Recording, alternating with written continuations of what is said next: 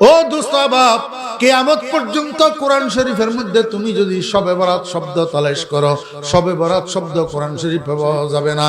শুধু শবে বরাত কেন, শবে কদর এই শব্দটাও তো কোরআন শরীফের মধ্যে নাই। আরে বেটা, তুই যে নামাজ পড়স, নামাজ শব্দ এটাও তো কোরআন শরীফের মধ্যে নাই। তুই যে দরুদ শরীফ পড়স, এই দরুদ শরীফ শব্দ এটাও তো কোরআন শরীফের মধ্যে নাই। এগুলা সবগুলা ফার্সি শব্দ। এর সম অর্থবোধক আরবি শব্দ কোরআন শরীফের মধ্যে আছে কিনা, নামাজের পরিবর্তে সালাত আছে কিনা, দরুদ শরীফের পরিবর্তে সাল্লু আলাইহি আছে কিনা, এটা না তুই দেখবি। ওরে শবে কদরের পরিবর্তে ইন্না আনজালনাহু ফি লাইলাতিল কদর আছে কিনা, এটা তুই দেখবি। শবে বরাতের পরিবর্তে ইন্না আনজালনাহু ফি লাইলাতিন মুবারাকাহ আছে কিনা, এটা না দেখবি। লাইলাতুল মুবারাকা, তুমি তো বলবা হুজুর লাইলাতুল মুবারাকা মানি বেশিরভাগ সাহাবী, বেশিরভাগ মুস্তাহিদিন, বেশিরভাগ আইম্মায়ে কেরামের মতে লাইলাতুল কদর। আমি কমু বেটা, একজন সাহাবীর মতেও লাইলাতুল মুবারাকা মানি শবে বরাত, লাইলাতুন নিসফে মিন শাবান আছে কিনা বল।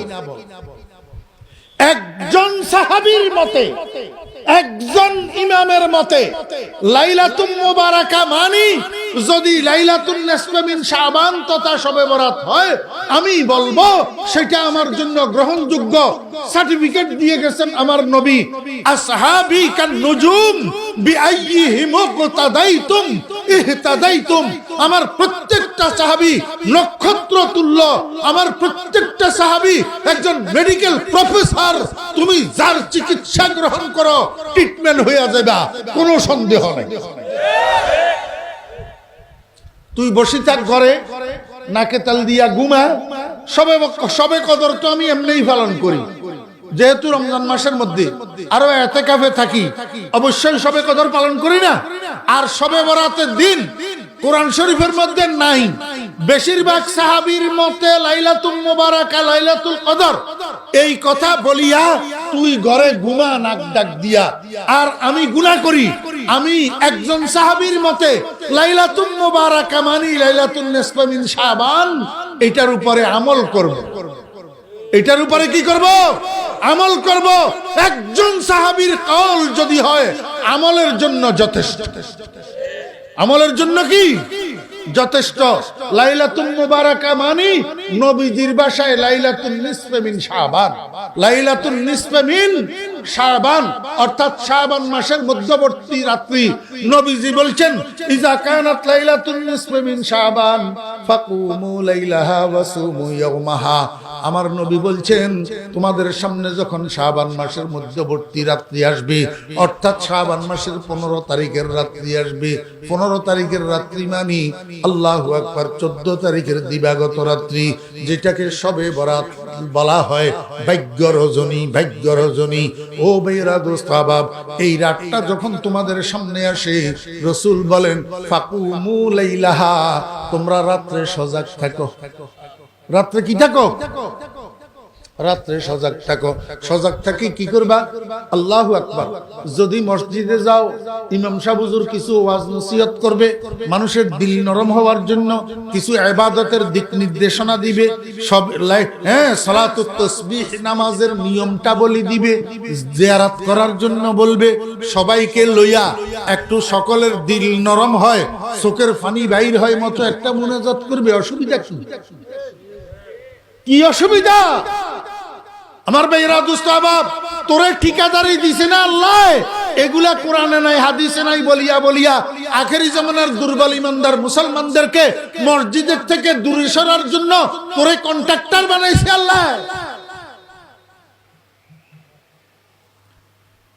তুই বেশি থেকে বেশি এই কথা বলতে পারবি তাদাই ইলান নফল জায়েজ নাই।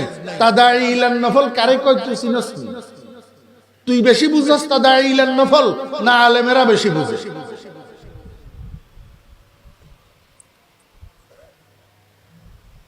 আমার ভাইরা দোস্ত, পরিবেশ মানুষকে অনেক কিছু করতে বাধ্য করে। বাসের মধ্যে লেখা থাকে ধূমপান নিষেধ, তারপরেও সেখানে মানুষ ধূমপান করে। মসজিদের মধ্যে লেখা থাকে না ধূমপান নিষেধ, তারপরেও সেখানে মানুষ ধূমপান করে না। কারণ বাসের ভিতর ধূমপানের পরিবেশ, মসজিদের ভিতর ধূমপানের পরিবেশ নয়। গড় গড় ঘুমের পরিবেশ, গড় টেলিভিশন দেখার পরিবেশ, গড় গপ মারার পরিবেশ, গড় ঘুম যাওয়ার পরিবেশ। মসজিদ ঘুম যাওয়ার পরিবেশ না, ইবাদতের পরিবেশ, নফল নামাজের পরিবেশ, কোরআন তেলাওয়াতের পরিবেশ, জিকিরের পরিবেশ, দোয়া মুনাজাতের পরিবেশ, কান্নাকাটির পরিবেশ। যখন আপনি মসজিদে যাবেন, আপনার পাশে দিয়ে আরেকজন বসে বসে যখন চোখের পানি দিয়া আল্লাহর দরবারে কাঁদতেছে, আল্লাহ মাফ করে দাও, আপনি তার দিকে তাকাইলে আপনার দিলটাও নরম হয়ে যাবে। কিরে, আমার কাছেও তো গুনাহ আছে, আমারও তো একটু কান্দার দরকার। আল্লাহুম্মা আমিন। ঠিক না বেঠিক? দেখেন না, দুষ্ট ছেলে যেগুলা বাড়িতে ঘরে লেখাপড়া করে না, তো আব্বা ৩-৪ হাজার ৫ হাজার টাকা ব্যয় করি হইলেও ছেলেটাকে হোস্টেলে দিয়া দে। কেন? সেখানে আর ৫-৭টা 10টা 20টা ছেলে যখন লেখাপড়া করবে, ওদের দিকে তাকাইলে এরও কিছু লেখাপড়া করার জন্য মনে চাইবে। শুধু মসজিদে যাওয়া এই জন্য, তাহলে মসজিদে যাওয়া কোনো ফরজ না, ওয়াজিব না, কিছু না, পরিবেশে ঢুকার জন্য। কি জন্য? আমার বেরা দোস্ত বাবা, আল্লাহর হাবিব জনাব রাসূলুল্লাহ সাল্লাল্লাহু আলাইহি ওয়াসাল্লাম বলেন, ওয়াসুমু ইয়াউমাহা, আগের রাতে তুমি সারা রাত্রি সজাগ থাকো, নফল নামাজ পড়ো।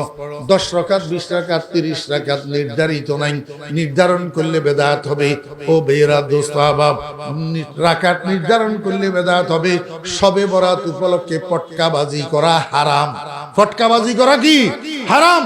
কোন মুসলমানের সন্তান শবে বরাত উপলক্ষে পটকা ফুটাইতে পারবে না, হারাম হারাম। মসজিদকে বিভিন্ন রিমঝিম বাতি দিয়া সুসজ্জিত করা বেদাত। সুসজ্জিত করা কি বেদাত? এই সমস্ত বাড়াবাড়ির কারণে আর কেউ কয় শবে বরাত মোটে ইসলামেই নেই। কথা বুঝেন নাই? কেউ একেবারে সারি দিল, আর কেউ বেশি বাড়াবাড়ি করলো। আমরা বাড়াবাড়িতেও নাই, একেবারে সারি দেওয়াতেও নাই। আমরা খাইরুল উমুরে আওসাতুহা, মিডল পয়েন্টে আমরা চেষ্টা করব রাতটা সজাগ থাকিয়া ইবাদত বন্দেগী করার জন্য।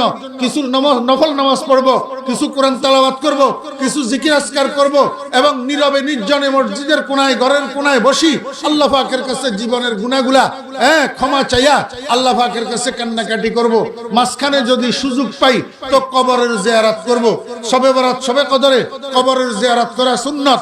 মাঝখানে যদি সুযোগ পাই জীবনে একবার হইলেও সালাতুত তাসবিহ নামাজটা আদায় করার জন্য চেষ্টা করব। কথার নাম লতা, শেষ হবে না। এই জন্য যাহা যতটুকু বলা হয়েছে এতটুকুর উপরে আল্লাহ পাক আমাদেরকে আমল করার তৌফিক দান করেন। ও